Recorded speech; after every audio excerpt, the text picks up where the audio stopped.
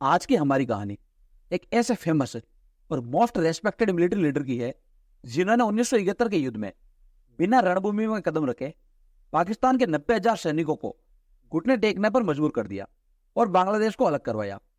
हम बात कर रहे हैं भारत के पहले फील्ड मार्शल सैम मानेकशॉ की, जिन्हें हम सैम बहादुर या सैम द ब्रेव के नाम से जानते हैं। सैम मानेकशॉ में बहुत सारी क्वालिटीज थी जिनसे हमें और भी बहुत कुछ सीखने को मिलेगा। तो दोस्तों, बिना आपका समय गवाए चलिए वीडियो शुरू करते हैं।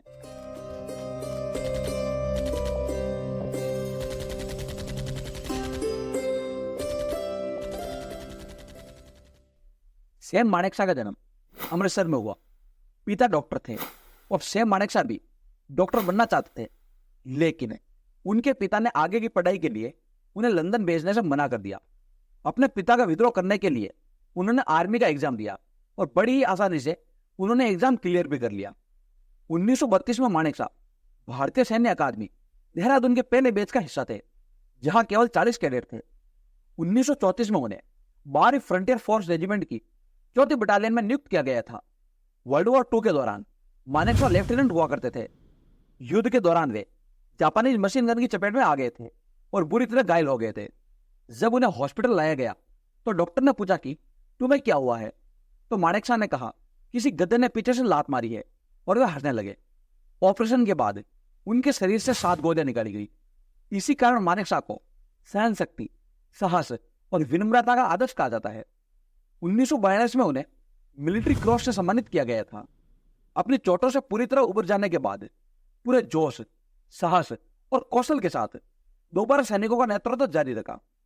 अब आता है 1947, जब भारत को आजादी मिली, लेकिन इसी के साथ सबसे बड़ा सरदर्द पाकिस्तान का भी जन्म हुआ। उस समय मानेकशॉ आर्मी गोरखा राइफल्स में अपॉइंट थे। उन्होंने भारतीय सेना और पाकिस्तानी सेना के एकीकरण और 1948 के हैदराबाद संकट में महत्वपूर्ण भूमिका निभाई। मानेकशॉ अपने साहस और विनम्रता से आगे बढ़ते गए और सैन्य प्रशिक्षण के director, defence services staff college के कमांडेंट, 26वें इन्फेंट्री डिवीजन के जनरल ऑफिसर कमांडिंग जैसी कई पोस्टों पर काम किया। अब 1969 में प्रधानमंत्री इंदिरा गांधी ने उन्हें थल सेनाध्यक्ष नियुक्त किया।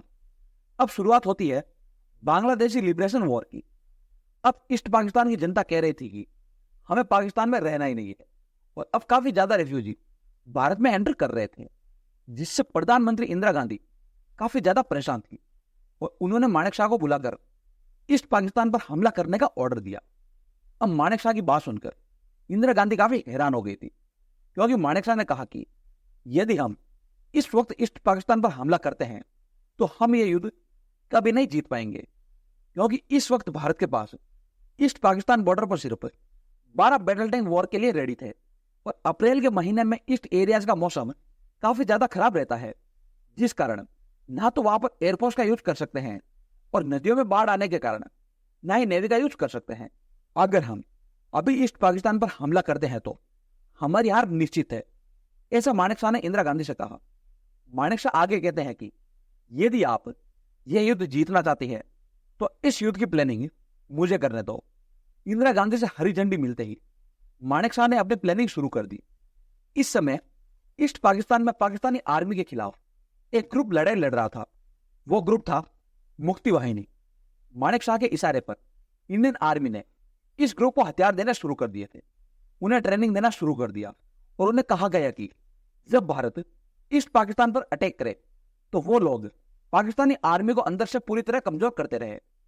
अब पाकिस्तान समझ चुका था कि भारत मुक्ति वाहिनी सेना को हथियार दे रहा है। अब पाकिस्तानी एयरफोर्स ने भी 3 दिसंबर 1971 को वेस्ट एरियाज के कुछ एयरबेस पर हमला कर दिया, और सबसे बड़ा हमला भुज एयरबेस पर किया था। इसी के साथ पाकिस्तानी आर्मी ने भी राजस्थान के लोंगेवाला पोस्ट पर हमला किया, जहां 120 सैनिकों ने उन्हें धूल चटा दी थी। इन दोनों हमलों पर हमने एक ऑलरेडी वीडियोस बना रखे हैं, जिनके लिंक डिस्क्रिप्शन बॉक्स में है। मानेकशॉ ने ईस्ट पाकिस्तान पर हमला करने के लिए 3 प्रोंग्ड स्ट्रेटजी बनाई, जिसमें इंडियन आर्मी तीनों ओर यानी कि ईस्ट, वेस्ट और नॉर्थ से अटैक करेगी, और उन्हें पूरा सपोर्ट साउथ वेस्ट के एरिया से मिलेगा। इस ऑपरेशन के लीडर थे लेफ्टिनेंट जनरल जगजीत सिंह अरोड़ा, जो ईस्टर्न कमांड पर मौजूद थे। अब पाकिस्तानी आर्मी का डिफेंस पूरी तरह कमजोर पड़ रहा था। ऊपर से मुक्ति वाहिनी के सैनिक भी उन्हें मार रहे थे। अब मानेकशॉ ने रेडियो के जरिए अनाउंस किया कि अब पाकिस्तानी आर्मी के पास सरेंडर करने के अलावा कोई रास्ता नहीं है। और उस दिन पाकिस्तान के 90,000 सैनिकों ने सरेंडर कर दिया। पाकिस्तानी आर्मी के लेफ्टिनेंट जनरल आमिर अब्दुल्ला खान याजिर ने जगजीत सिंह अरोरा के सामने इंस्ट्रूमेंट ऑफ सरेंडर पर साइन किया। और इस तरह जन्म हुआ बांग्लादेश का। इस तरह 1971 की लड़ाई पूरे 12 दिन बाद मानेकशॉ की लीडरशिप में भारत ने जीती।